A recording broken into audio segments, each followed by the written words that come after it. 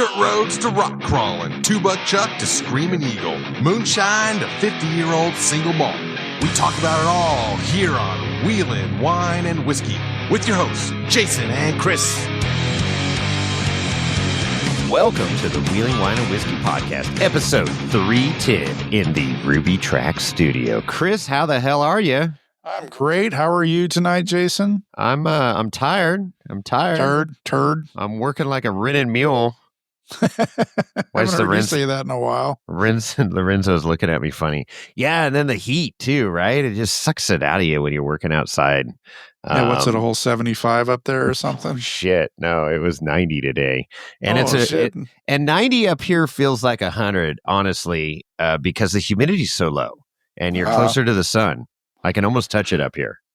So what's that? The mythical person that got too close to the sun and burned up, or no idea. What are you talking about? I don't know. It's some climbed Mount Everest and touched the sun and died. No. Somebody will correct us on that shit. But there's like a mythical Grecian thing or something about. Oh, you mean it's like a folklore or something from way back when? Yeah, something like that. Like a Greek mythological god that touched the sun. Yeah, God of sun, and his wings melted and he crashed back to Earth or something. I don't remember. Oh my gosh, I have no idea what you're talking about. Neither do I. It's not biblical? I don't know. Okay. All right. Well, stay in your lane, Chris. Stay in your fucking lane. I'm getting too crazy. Yeah. All right. Well, here we go. Let's kick this thing off. We got some voicemails to play. You do? And we got any reviews or anything? I do not. I've got no notifications of that. Okay. People are busy. But I do want to say that one of the things that I wouldn't call this, a lot of people are writing in, and we've had some people write in and, I'm going to call it feedback on Spotify. So let's call it that, because I wouldn't say the reviews, because a lot of them are episode specific. Commenting. They're comments. Yeah, feedback, comments, whatever. It's not reviews. I mean, we still love reviews, and we want them to come in on Apple Podcasts and so forth. 5-star reviews are definitely appreciated. And if you do that, we'd be happy to send you a sticker. Yeah. If you do it, send a DM to Mr. Green over there on the IG at Wheeling Wine and Whiskey. We'd be happy to do that. But if you do want to comment or give feedback on an episode, Spotify is a great platform for that. So with that said, I'll get into it a little more detail, but I was up at Mammoth. I had to get a few more ski turns before the end of the season, end of the season. So there, I was, brought my cab over camper. It's like the best thing it's the best time anytime I'm skiing. It's like your mobile ski lodge. Right. But parked in the parking lot at the mill lot at Mammoth, and I'm, on this little in spot, which is pretty cool, and you got the chairs set out and your barbecue rolling, and everybody's got playing, dogs are running around and having a good time. And so anyways, guy looks at the back of my camper and sees the Wheeling Wine and Whiskey sticker podcast, that big rectangular one that I got on the back. Then I think you got one on yours. Yep. And he's walking by, and it was a snowboarder, but that's okay. Not all snowboarders. So. What do you call them? Knuckle dragger. Knuckle dragger. So we're out there having a good time, and he walks by, and then he goes past us, and then backs up a couple steps, and he goes, "Wheeling Wine and Whiskey Podcast. I like wheeling. I like wine. I like whiskey." And I'm like, "Hey, hang on a second. Let me get you a sticker." I'm dangerously low on stickers, though. I got to get a sticker order in. That reminds me. Let me write that down. Lorenzo, get on it. Get those stickers ordered. So anyways, I gave him a sticker, and he's like, "I'm going to give you a review on Spotify." He goes, "Are you on Spotify?" And I go, "Yeah." And he goes, "Okay, I'll write a review on Spotify." So that was cool. Yeah, no doubt. Yeah, I can't remember his name. I want to say Sean or something. Let me double check to see if anybody's. Anyways, usually I get an email notification that there's an email notification that's new something or other on Spotify. Let me look and see. Anyways, it's always funny when people see, the sticker or something. I gave him, so he saw the other sticker, like I say, that just has the words Wheeling Wine and Whiskey Podcast. And then I handed him one of our hero stickers. I guess that's what Johnny calls it, with the hero logo, right? Full color logo. And he goes, "Oh, this is freaking cool." So anyways, Hopefully he read a review. What does he drive? Probably has a Toyota. I didn't ask. He was kind of in a hurry, and I tried to strike up more of a conversation. He's probably a Toyota driver, raising up Toyota. He's got 6 different transfer cases and so forth. If he's a snowboarder, he's definitely a Toyota driver. Well, I mean, isn't that what Jonathan Harry drives? I mean, he's a snowboarder, right? Mm-hmm. Yep. Case in point right there. There it is. I mean, boom. There it is. Love you, Johnny. So yeah. Anyways. Okay. So you see anything on reviews there? Or? Nope. I just before we jump into voicemails, nothing to review. Nothing. Okay. I got nothing. I got nothing. Okay. Wow. Let me say it one more time. I got nothing. Well, which means you people need to write in. You do need to write in. But like I say, it's busy. This is a busy time of the year. Coming out of spring, summer, kids are wrapping up their school year. Vacations are starting, and weather's nice. Obviously, days are longer. So, yeah, I mean, normally by 6 o'clock, it's dark. Everybody's in the house watching some Seinfeld, reruns or something, and eating dinner. And this time of the year, yeah, if I eat dinner before 10, I'm doing pretty good. So go watch some Home Improvement reruns, man. That's what I'm doing. Oh, you were talking about that, yeah? With what was the gal's name? The hot chick that was on there. Oh, the assistant. Well, Debbie Dunning was the one that was later on, but Dunning, the gal from who was first. She you talked about it before. Baywatch. What was her name? Yeah, I know. I forget. Hot little number there. Okay. I'll remember her name in about a minute. Yeah. Okay. Well, we got 4 voicemails. I recognize this number is from Cody, the albino sand squirrel. Oh boy. Okay, so hopefully this sounds better. I realized the last voicemail session did not come through very clear. So let's see if we can remedy that right now. If not, write in. Pamela Anderson. Good job, Lorenzo. Yes. It's about time. He's stepping it up. He's kind of out of his winter, dormancy, we'll say. Winter dormancy. Shed his winter coat. He's starting to shed a little bit. I told him he's going to have to sleep outside if he doesn't maintain his MAME a little bit more there. I gave him some conditioner. Oh, boy. Oh, he says he likes it. Okay. All right. That's good. Bearing grease? He doesn't... No, bearing grease. Gear oil. The worst fucking smell on the face of the planet. Good Lord. Okay. Here we go. Let's see what our buddy Cody the Sand Squirrel has to say. It's tater chip. It's over a minute. Oh, boy. Buckle up, listeners. Coming in hot. What the hell is this? Tony Vial coming at you again. And based off of your instruction from the last podcast episode I listened to, I called up. Uh-oh. What happened, Cody? Uh-oh. Oh, boy. We may have to Shit. I totally hit the wrong button on my screen here.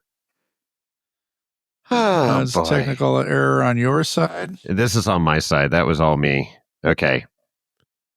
There we go. Let's try again. You want to do a timestamp? Sorry. I was trying to make this a clean episode. I hit this side button that activates the camera on my phone. That's all right. Let it rip. Okay. All right. Here we go.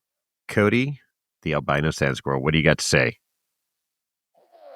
What the hell is this? Tony the albino sand squirrel coming at you again. And based off of your instruction from the last podcast episode I listened to, I called up Snail Trail and I left them one message. Oh, I hope their phone doesn't ring and I should wake them up. It is 4:30 in the morning. I am all jacked up on Mountain Dew and possibly PCP. I am not sure. Wow. Last thing, well, all I can say is that's the last time I ever take a free drink from a stripper in Laughlin, Nevada. But anyway, I'm listening one hell of a voicemail off your instructions. Hopefully you guys get to hearing it. Hopefully you can send it over and you can play it on this podcast. I don't know. It's excellent though, brother. I tell you what, God bless. It's one hell of a voicemail as this one is too. Hopefully you guys have a good Memorial Day weekend. I'm out here wheeling in the freaking DJ going hard, fucking over all kinds of stuff, running over rocks. Hell yeah. Tread lightly. Allison Payne and chugging down the Mountain Dew and liquor and really a brother God bless. Bye. It just goes bye at the end. Wow. Oh my God, that did not disappoint. Very well done.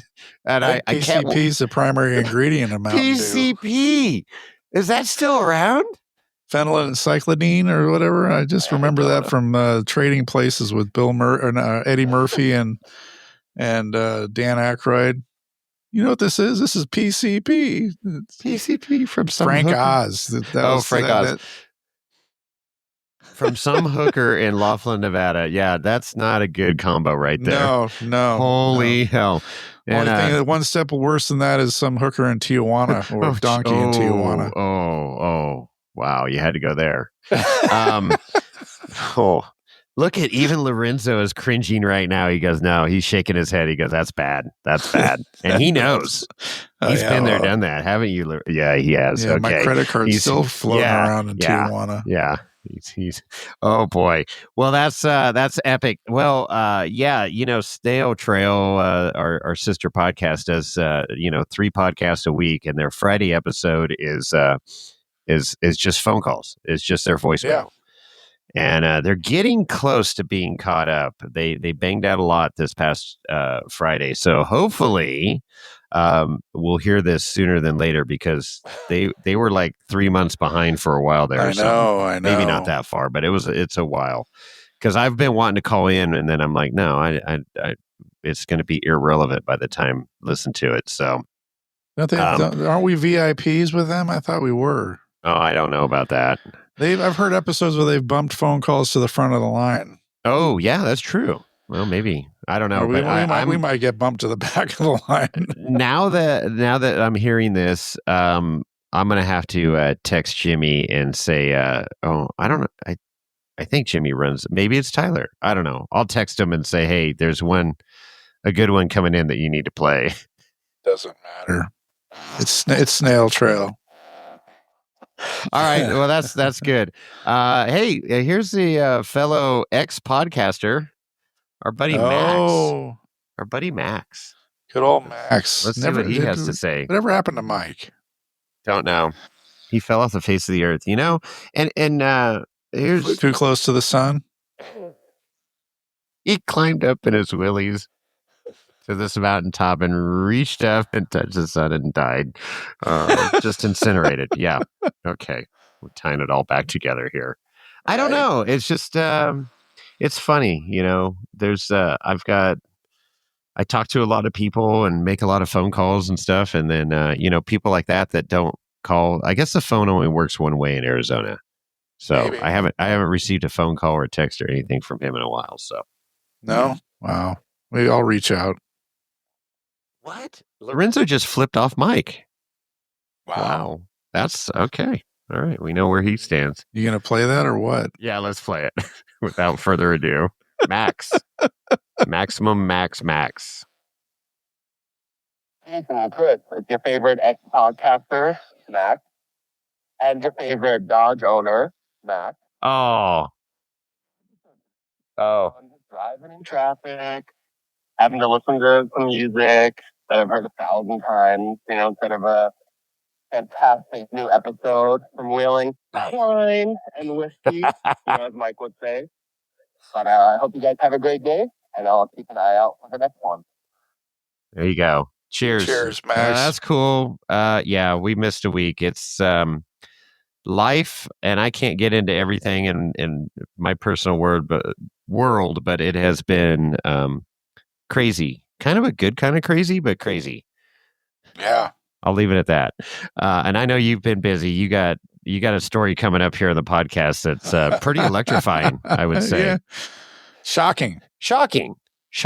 Yeah. All right, Max. Well, we're back online here. So summer's happening. I got a lot to talk about. So does Chris, and we'll keep your ear holes open. Woohoo! I'm glad, more? I'm glad that people actually miss it, because when we miss an episode and we don't hear shit, we hear crickets. It's like, fuck, maybe we don't need to do this. All right, here's Chris. Here's our buddy, our favorite right seat filler, wrong seat filler, wrong seat guy. What's going on, Jason and Chris? It is your friendly Ultra 4 escort, Chris Rick. Just finally catching up on episode 308. where you talk about the entry fees, and just as someone that's been around since before entry fees and watched what's happened with entry fees, I just got to say, I think we need to go the opposite way. We can't even get people to pay $100 per ticket. So let's say we're going to make math easy. 100,000 people on the lake bed, and you only get 25% of them to pay $100 a ticket at $2.5 million of income. $2.5 million of income. And instead, people are willing to pay because it's only $20. You make that same amount of $2.5 million. I agree that $100 is nothing, and everybody should be willing to pay for it. What we have battled since the beginning of the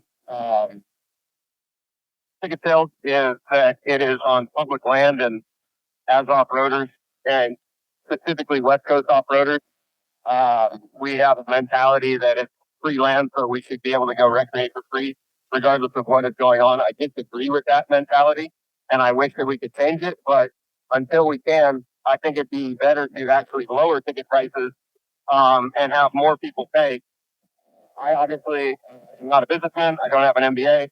I didn't stay at Holiday Inn Express, and I didn't play one on TV. So probably take all of my rambling with a grain of salt, but I should probably just stay in my lane and tell people to turn left or right. Anyways, just my thoughts. Hope you guys are having a great weekend, and we'll catch up with you guys soon. Later.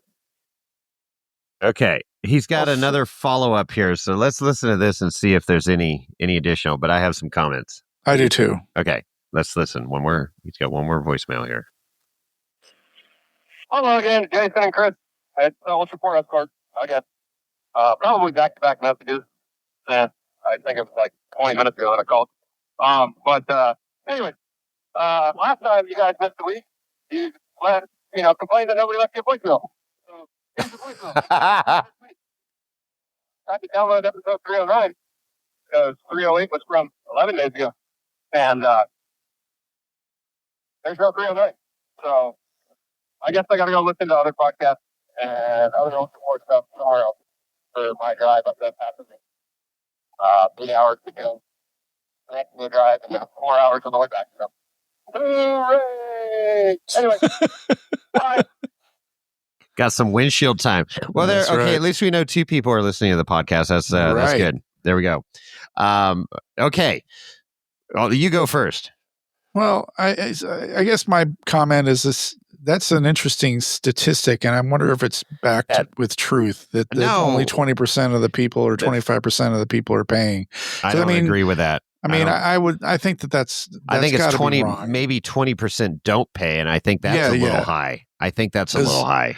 I mean, basically, yeah, you can get on the lake bed and not pay a penny, right? But to get into Hammertown, you need to have a wristband, right? Yeah, they police that very well. They do. Great guard staff there, or gate staff, I should say, that they hire. Exactly. So, I mean, I don't know. That's my one comment on that. I think that the other comment, I don't know if we brought that up, was during that episode about not having the camping between Old Woman Springs Road and the gate. Oh yeah, that was a little interesting. Well, I liked it because I mean it's a full-fledged like freaking wild west out there, but outside the gate, and it just seems like it's lawless, if you will. You know, and I know that there was complaints about a lot of garbage, a lot of shenanigans going on, and so forth, and the cleanup efforts in those areas was pretty monumental. And of course, this is just all anecdotal, but I that was one of the first observations I made when we were driving in. Craig and I were driving in to Hammers last year, or this past January or February, that there were no campers before the gate, and I thought that was actually kind of nice. Yes. Yeah. Well. Yeah. So we're kind of on the same page. I think that's an exaggeration of, only 20% of the people are paying. I think it's the other way around. Based on what Dave has, posted in the past, we've had 80,000 paid gate entries, and yeah, there's, more than 80,000 people on the lake bed. So there's clearly people out there that didn't pay, but they're not getting into Hammertown. So, and I get that. And I think lowering the price, that's not going to capture any more money from the people that aren't paying. People that aren't paying the nominal charge that it is now, and it's a very nominal charge, they're not going to pay regardless if it's fucking $5. No, and I think that they might have been the people that, like I said, were camping outside the gate that were, had their side by sides or their motorcycles, and they were going, going in the desert to get around. Get around it, and that's fine, and that's perfectly doable, and all that. And then with all that said, the people that are paying the $100, let's just keep it round numbers. I would say, I'm just spitballing here. I would say easily a 70% of those people paying $100 would pay more. Oh yeah. So I'd bitch about it, but I'd still do it. Well, exactly, right? It's like, oh fuck, another 20. Everything's going up. You pay more for everything nowadays. Well, it's like you go to the pump, you need gas. It's like, hey, shit, it was 20 cents cheaper last week than it was this week. But I'm still going to buy gas or diesel. Well, and that's the thing, and somebody made the comment to me, this when we were walking around the pits in Hammertown this year, and go look at everything that's on this lake bed. How many millions of dollars are on the lake bed right now? Not just race equipment, not billions. Not in race equipment, but just everything. Like, us that drove a truck and a camper and a trailer and some sort of off-road vehicle. Well, your operation, your operation's well over $100,000. I mean, my operation's tickling $100,000. Yeah, it's silly, and then the amount of fossil fuel that's burned on the lake bed that week, and all this. It's all so. Anyways, the point was he was like, this is all excess. None of this has to happen, right? You don't need this to live. It's not food. It's not water. It's not a roof over your head. Well, technically it is that week. But it is, yeah. But nobody has to be out there that week. Nobody. Right. No. Right. If you come down to the fucking 10,000 foot level and really start analyzing this thing. And it's an interesting perspective. And it's cool that we're in America. Fuck yeah. We get to do shit like this. But yeah, it's so the point to reason why I bring that up is because, you say $100,000, whatever. Yes. And that's a scary number to think about, but, an extra freaking $50 or $75. It's not breaking the bank, or, we're not going to not go because they raise the price $50 or $75. Well, that's my point. We've been going long enough, and we've wandered around and driven around Hammertown and the surrounding area, Upper Hammertown Heights, and even the flats and so forth, to see the different janky between the freaking Taj Mahals and, of course, the freaking budget, janky shit. The people that roll in there with their freaking with tents, Breaking Bad freaking Winnebago. Yeah. Oh, jeez. Yeah. How did that get on the lake bed? Is it actually going to be able to leave the lake bed? How did it get on the California highways? And so, I mean, and to say that they made the effort to drive whatever, or, whether it's the Taj Mahal or the, broken down Breaking Bad Winnebago that barely made it, they made the choice to come to the desert to watch kick-ass racing during the King of the Hammers. Yeah. And if they're not willing to throw down at least $135 to be there, then, what are you doing? Yeah. No, so I don't know. It's going to be interesting to see how this unfolds here, and I haven't talked to a few racers that I've been wanting to speak with, because adulting happened. But I will definitely dig more into this, and we'll see if we can get any more info from Ultra 4 proper too. All right. Well, that's good. That was a stimulating conversation, Chris. Thanks for calling in. Max, always good to hear from you. And of course, Cody, the albino sand squirrel, epic message. So yeah. All right. Cool. Yeah. Hey, so talked about I got to order stickers, so I got to get some more stickers in, and we got our website up and running Yes, sir. for merch. That's So, right. We can, you go to wheelingwineandwhiskey.com and then click on the little merchandise tab, and that will bring you to this link that you can customize all kinds of cool swag. That's right. With the Wheeling Wine and Whiskey logo, you can get the Hero logo, which is the full color logo. You can get like a white outline logo on a shirt, or a black, outline on obviously a lighter colored shirt, or coffee mug, or, beach blanket, because it is coming onesie, up on, or thong the baby underwear. onesie. That's right.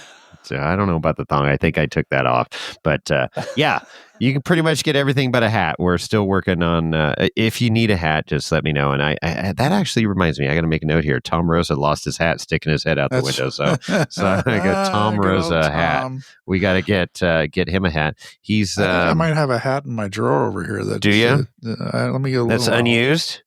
Yeah. Oh, yeah. No, it's fresh. Never been okay, worn. Good. All right. I'm not sure. It might not be a flex fit, but I don't think he wants your. Well, he had the gray one, the cool gray front with the black mesh. I think that's the one that he was wearing all the time. I like that hat. But anyways, yeah, check that out. And then Johnny, Dirtbag Johnny, that set all this up for us and is our clothing extraordinaire guru. There's an offer that is coming up, and it's going to be like you buy something and you can get a free t-shirt. So that's a little tease. So if you're thinking about getting something, just hold off one episode here, and we will have a code that we will announce where you can order, and then you can add in a free t-shirt with your order. So that's pretty cool. Yeah. How come we didn't get a free t-shirt? Exactly. I'm like, what the fuck? Where was this offer when we were trying to do the demo and stuff? We had to pay full boat, man. Yeah. Yeah. Look, it's like paying ourselves. Lorenzo just said that's why he waited to order a new shirt for this summer. I think he's going with a tank top. Oh, perfect. Yeah, he's going with a tank top. All right. Show off his rippling pecs. Yeah, he's been working out a little bit. He's been running around the yard here. Clopping. Pulling the drag mat to, do kind of like Cody Wagner, how he puts the lines in the sand. I got put a little feed bag over his muzzle. No, he's just been out there voluntarily exercising in the morning. When I head off to work, he's heading out to the field there to go cruise around. I think he's hanging out with the horses next door too. Perfect. Yeah, they're his friends. So, anyways, so that's the cool thing. And then the other thing, now that Johnny's got this connection and up and running, so any of you that are in a 4-wheel drive club or even a business or whatever, Johnny could set up the same website with your logo and swag.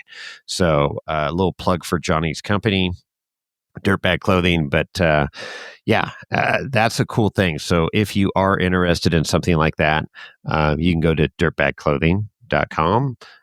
Be sure you put in the clothing, because if you just put dirtbag.com, you might get some info that you don't want to see, or maybe you will. I don't know.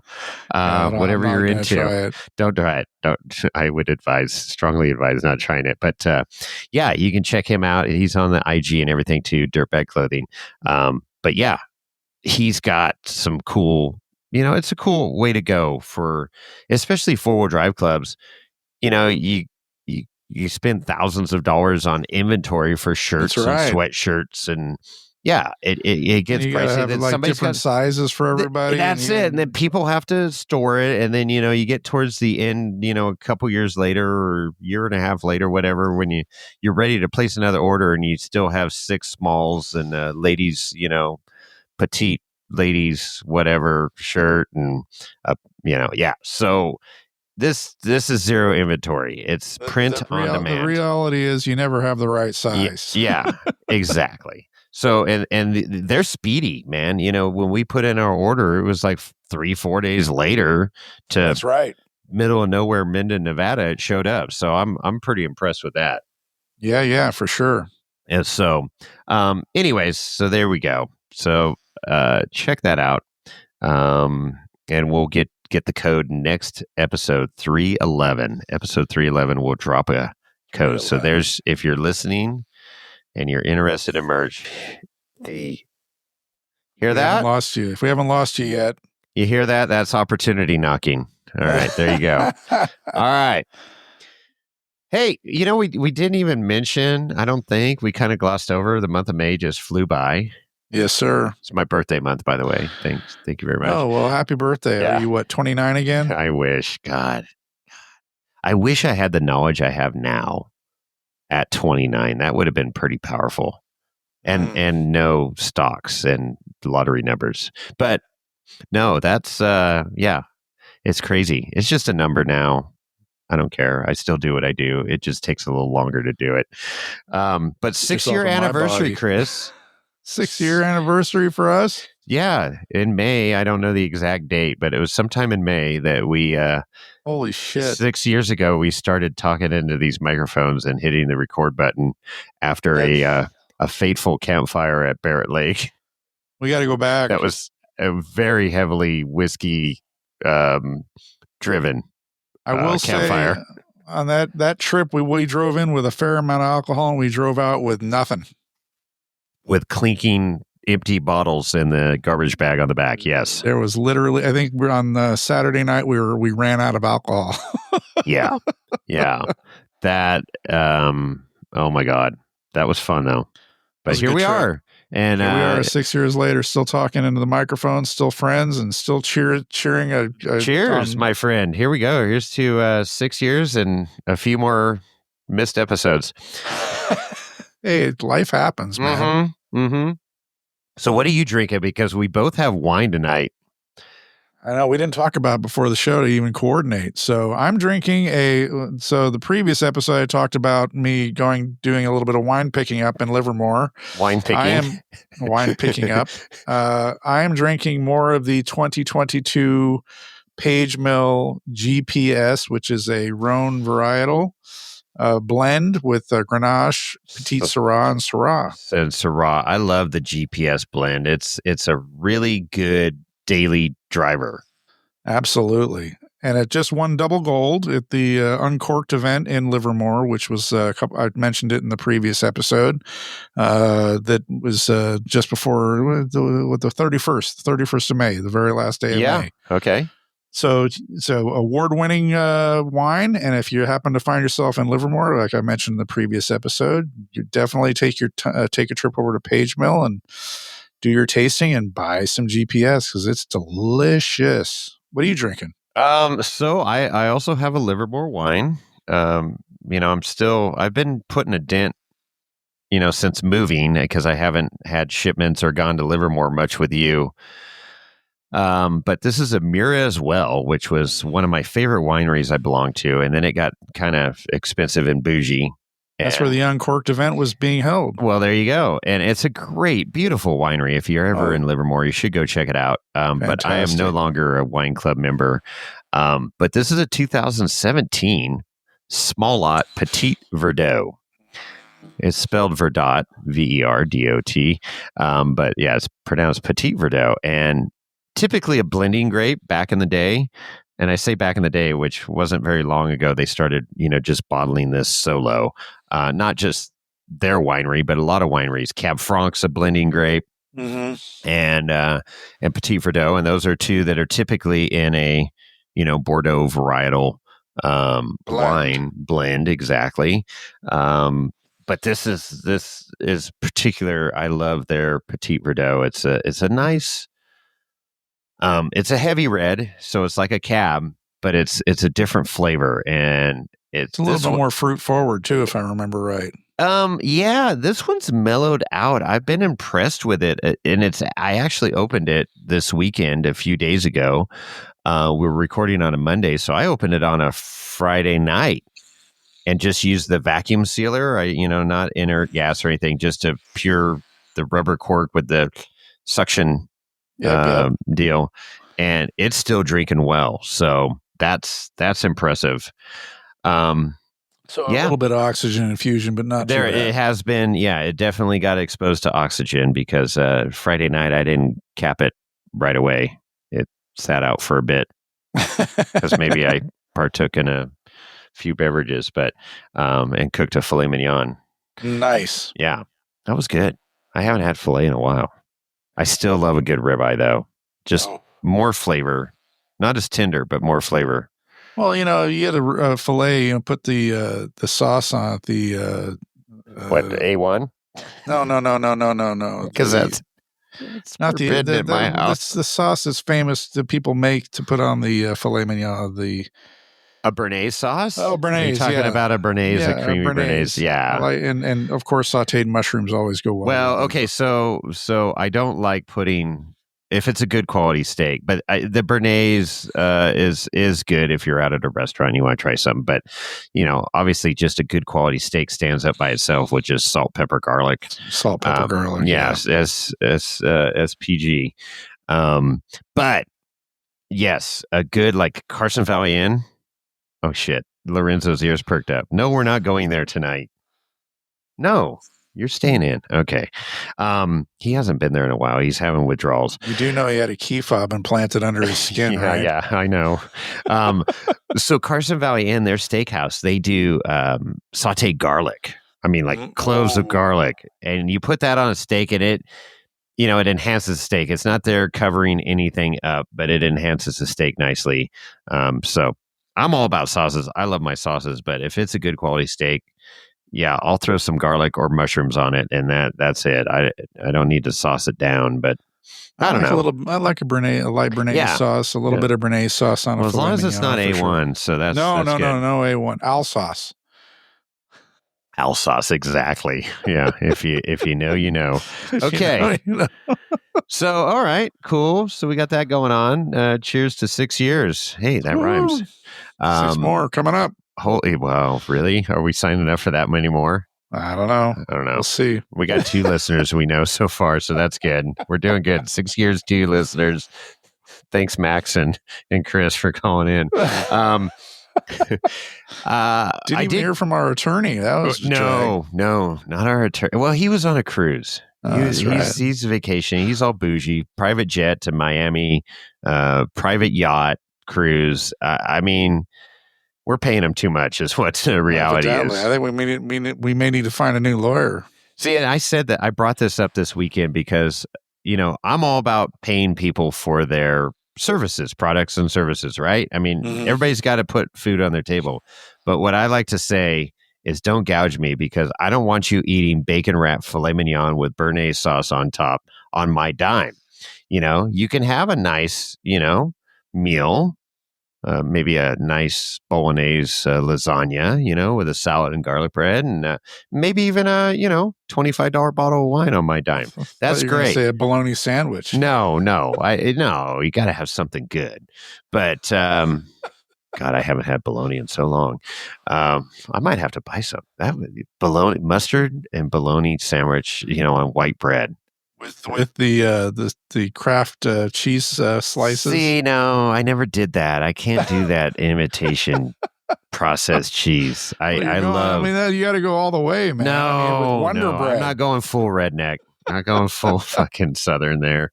But anyways, that was my say. Is like, just don't be eating filet mignon on my dime.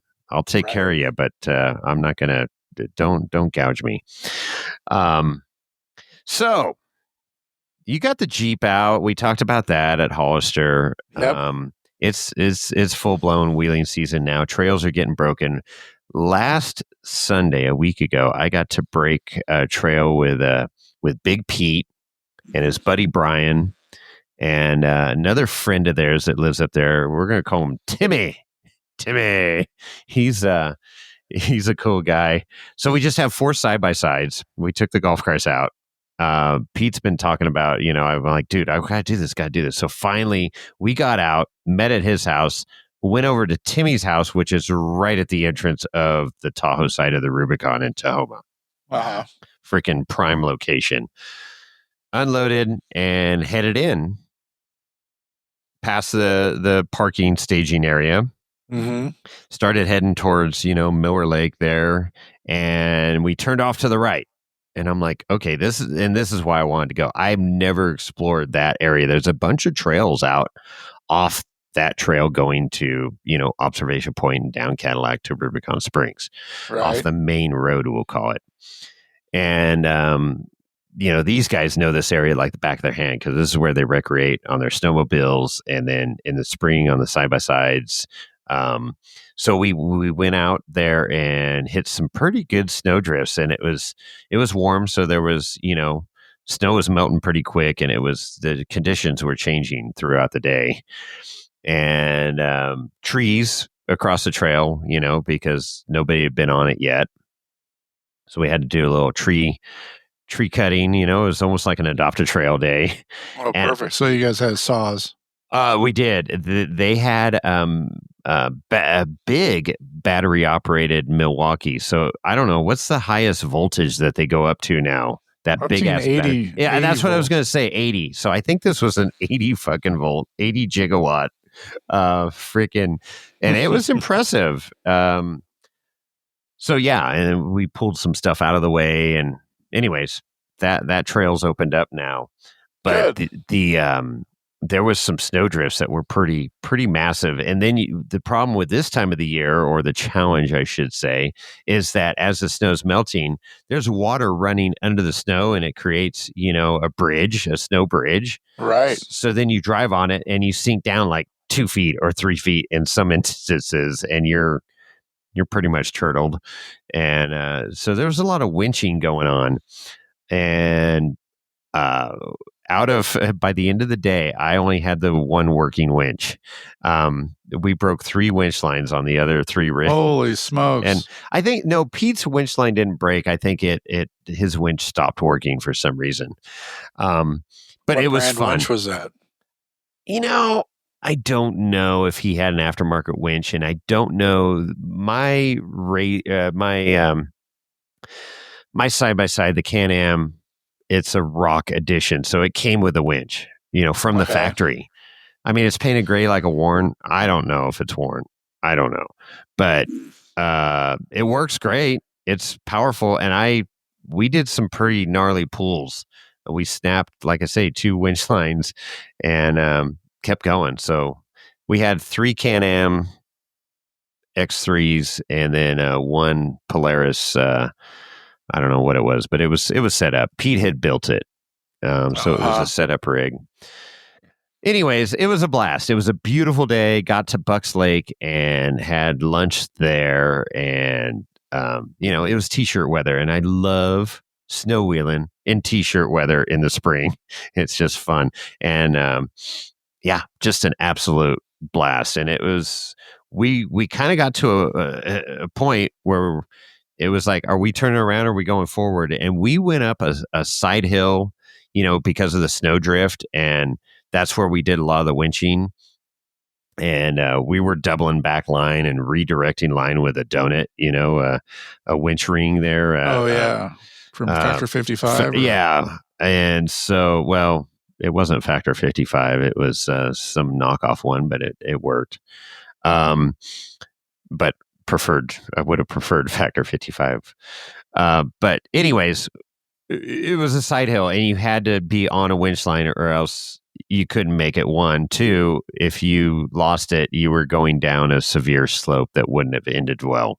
That would not be good. Yeah, so it was a little dicey. So we would not want to go down that, because I was talking to him like, well, we could winch down backwards, but that'd be a little freaking sketch too. So right? I'm like, let's just keep charging. And we're watching daylight and time. And I made a fatal mistake, a rookie maneuver, and I brought some waterproof boots, but they weren't the high top boots.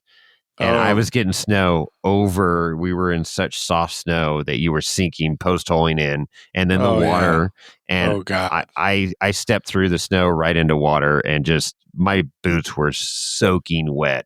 Nothing worse than wet feet. Oh, it was so bad. Now I knew, because we were going to go out to dinner afterwards and stuff. So I brought a change of clothes and had fresh socks and shoes. But oh my God, it wasn't cold, but it's just miserable having wet feet for freaking 6 hours, Yeah. unless you're at the beach or something. But we were clearly not at the beach. No, most assuredly. And I saw a lot of the photos and videos that somebody posted on Facebook. So, Oh, really? Oh, it might have been Lynn, Pete's wife, probably. that might have been. I'm not sure. I don't do a whole lot of Facebook, but anyway, it was a blast. It was a lot of fun. Great day. Ended up at a burger joint. What was it called? In Tahoma, there on the west shore of Lake Tahoe, and then headed back home. But so that's like for me, it's like an hour and 40 minutes from Minden to the entrance of the Rubicon Trail. So it's still a little bit of a hike, but it's a beautiful freaking drive because I get to drive around the lake. It's still shoulder season, so the lake's not super busy. Exactly, and that's the other key, because you get all the people driving around the lake, looking at the lake, stopping to take pictures of the lake, and and then going to the beaches, and there's times that I do not drive around that lake because no. You would spend all day going 4 miles. Carnelian Bay and all those areas. Exactly. Where it's just wadded up. Yeah, and Sand Harbor. I got Sand Harbor over here, and anyways, great day. Got some wheeling in with the douche coupe, so that was fun. We had a blast, and thank you, Pete, for showing us part of your backyard there. That's super cool. Yeah. Anything on your end? Did you get out any more since the clinic, or do anything to the Jeep? Or as I mentioned in the previous episode, I threw a question out to our listeners, and hopefully we'll get some responses back about my battery situation on the Jeep. I asked if the question is an 11-year-old Odyssey battery something I should be worried about, or because it performed fine with the winching, winding the winch cable up. Yeah, we had to reset the winch cable. In area 5 there, which loads the battery down a little bit, but nothing like you would do in an actual recovery. Sure. But obviously the charging system in the Jeep is functioning correctly. But I just threw the question out there to the listeners: Would you trust it on a real off-road adventure on the Rubicon or Fordyce, or would you say 11-year-old battery is a no-fly zone? I don't know. So. Yeah, my opinion would be I would change it out so that you're golden, right? And use that battery. See, like for me, it'd be like I'd move that to my enclosed trailer or something, as one of my alternate batteries that I use on a trailer. Wouldn't put it in my camper, but if you got something like that, but yeah. Mm-hmm. Yeah, I think that might. I think that's what I'm going to do. I'm just we'll hear back from people, I'm sure. And then the other thing that that's kind of it. It's the Jeep needs to be cleaned. It's in the garage. It's resting right now, and I also performed a few repairs on the camper, and then just getting ready to get ready for Adopt-A-Trail. Hopefully I can make it, but it sounds like I've got a major event happening at work that week, and I don't think I'm gonna. It's oh no, we're having the grand opening for the driving range. The new driving range is on the 16th. That's the soft opening. Oh, the grand opening is a big deal. We have politicians, we have VIPs, and all sorts of stuff. Golf course, yeah, and we got the mayor and a whole bunch of other people are going to be there. So there'll be a hearty handshake going on. The sheriff is near. So and that's on the 16th, which is the Monday after the Adopt-A-Trail, and there's going to be all sorts of prep work, and this hopefully is the biggest hurrah that I'll have to deal with this year, and it's just it's coming up in a couple weeks. Exactly. Okay. So it's kind of like 1 week since when this episode airs. Exactly. So the Adopt-A-Trail is one of my favorite things to do. Obviously, it's a great area. And I don't know what the snow situation's going to be like on Corral Hollow. There always seems to be snow on that back side, and that's always the fun part is breaking through that. And you kind of what are we going to find? I'm expecting snow based on what I saw up at Rubicon. There's still, we had a good dump in March, and we've had some warm weekends and stuff. So it is melting, but the shade, the shade side. Yeah, exactly. You get on the north side and shady, heavy trees. That's a recipe for snow hanging out a little longer on the trail. Yeah. So that's kind of, I'm up in the air right now on Adopt a Trail. I want to be there, but there's a very strong likelihood I'm not going to be because I've got work commitments. So Adulting. Well, speaking of adulting. snow, it's sad. We need to have a moment of silence. Okay. Ski season's officially over for me. I'm not going to Argentina or New Zealand or anything to ski this summer, but it was a great season. Really good. Best on record for me. Most days on the snow. And so, wrapped it up at Mammoth. Mammoth is touted as and is, I will validate, the spring skiing of the our area. Is just freaking awesome. The top of the mountain's 11,053 feet. Oh, that's a great place. They have a lot of race teams, Olympic teams and stuff that practice there daily. And so they set up a race course every day and they put salt on the race course. So, just that same theory as when you were a kid. If you ever made homemade ice cream and you got to put the rock salt in with the ice and then sit there and spin it, and it's fun for like 2 minutes. And then you're like, when the fuck is this ice cream going to be done and ready to eat? Oh no, you got to pass it around the horn and everybody's got to take their turn and turn in the stupid ice cream. And then finally it starts getting, firmed up. Solidifying, and, yeah, right? freezing. And then you get to enjoy homemade ice cream. But yeah, so they actually have a big lily spreader. You know what that is from the golf industry. Oh yeah. But they throw that on the back of a cat, and they spread salt on the runs, so it stays colder. And they do it on, obviously, the race course is firm and fast, but they actually do it on other runs to keep the public skiing on some fun stuff. And then you get your typical corn, after the sun comes up and warms the snow a little bit. And the great thing about the top of the famous Chair 23, for those of you that have been at Mammoth and know skiing and such, Chair 23 is just an iconic chair in the ski community. Notice I haven't mentioned Borders at all, but the ski community. And almost died on ski 23. Yeah, Lift 23. double black diamond stuff. I mean, it's steep. When you drop off the top, it's a corner. Your skis are like 3 feet hanging off the edge, and then you just send it. And the first couple turns are critical, so you don't go barrel rolling down the hill. But it's super forgiving snow in the spring because it's soft and it's fun and it's poppy. Did you die? No. So it's just fun skiing out there. I was wearing shorts yesterday. It was a final day. I'm like, it's beautiful and it's shorts weather. So skiing in shorts in Mammoth, that's pretty freaking cool. So Mammoth is closed now? No, they are open till the 15th. So that's you're done. Yeah, but I'm done. I'm not going back down there. I got to hit it a few times and it was wonderful. But yep. So it's that sport is done for this season till November. Hopefully we start getting some storms in November. And let's not talk about snow. Let's talk about warm season shit and wheeling. And we should talk about snow because our sponsor, Ruby Tracks. Oh, Ruby Tracks. Yes. Get out there. So I know it's hard to talk about snow wheeling that we're tapering out of. We probably got a couple more weeks of busting through some snowbanks on our higher elevation trails, but it's not too early to start thinking about next winter. And if you want some Ruby Tracks, it's some coin, but you're going to have a freaking ball. Start going saving your pennies. Start saving up the pennies. Yeah.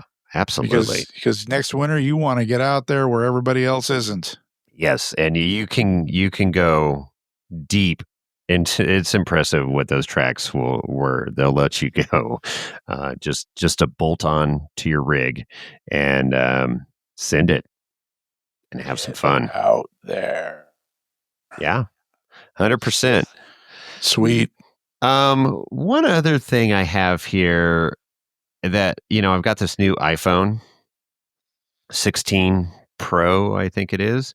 But all the new software updates, and it seems like they're coming out with a new software update every 2 weeks. But text message. I just got a text message from our buddy Dave Ainsworth.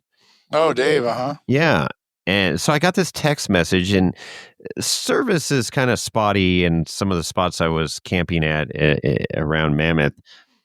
But I got a text message from him, and it, how after it's delivered and it'll say delivered, or, this said, what did it say? Dave checked his message via satellite. What? That was the little, faint,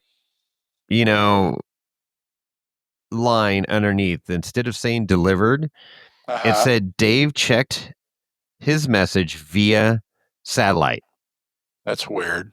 Isn't that crazy? So I know these newer phones, like the 14 on up, has got the satellite capability in the SOS mode and all that. But I need to take a deeper dive on this and see what that's all about. But pretty freaking cool. No shit. And that Starlink's just getting better and better. If you do, the Snail Trail did cover the new Mini that's out. They did. And boy, that's almost a no-brainer now if you're getting out quite a bit in the backcountry without cell service. Right. I love my Garmin InReach. That's super small, portable. It's on my go bag. But man, to have that where you can make a phone call, satellite. Well, that was an interesting episode when they were talking about, how it's, because I mean, the evolution of trail communications, going from CB to ham to FRS or GMRS or GSM or whatever it's called. Right. And then now with the affordability and the ability to turn the different plans you can have with the $10 a month plan. Yeah, Mini. So you can do that with any Starlink. You don't to be able to make a phone call from the trail. I mean, the ham radio is still, I think, the ideal communication device between rigs on the trail. For far longer reaching communications and clarity. But if you want to make a phone call or check or do whatever, surf the web. Like last year, we were on Barrett Lake and Chuck cut 2 tires. They only had 1 spare. That's right. And we needed more tires. And this guy named Glenn Plake's like, hey, I know a guy in Pollock Pines. And I said, well, I got my Starlink and we can get this thing fired up and make a phone call. So we made a phone call from the slabs at Barrett Lake and got a hold of this guy. He's like, yeah, we're just getting ready to head out on a trip. I'm going to leave him in the driveway. Come by and get him.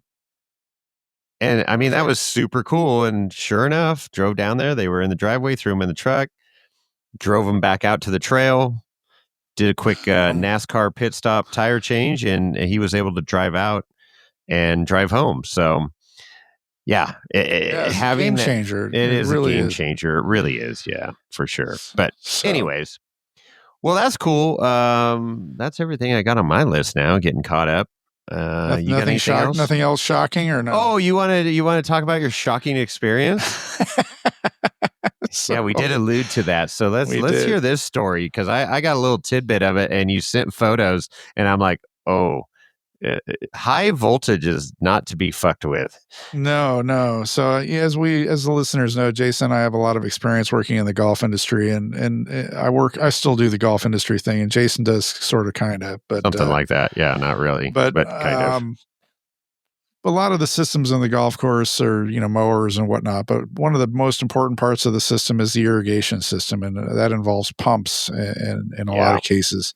And the pumps on our property and most golf courses are 3-phase, 480 volt, which, it's not the highest voltage, but it's still something you don't want to fuck with. It's legit, legit kill you if you don't knock you on your ass and don't treat it with respect. So we have 2 pump stations on the property. One is a canal pump that's a lift station that transfers water from the canal that is adjacent to the property, and it pumps it up the hill to the main irrigation lake where the main pump station is. I'm not talking about that pump station. I'm talking about the canal pump.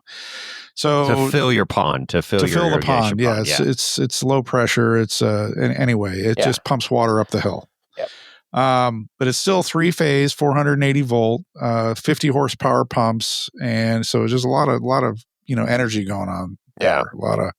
A lot of pain could happen. Yes. So, I set the irrigation system up, and I have a central control system in my office, and it's computer controlled irrigation, and it gives me an estimate as to how many gallons I'm going to use at night during the cycle. Yep.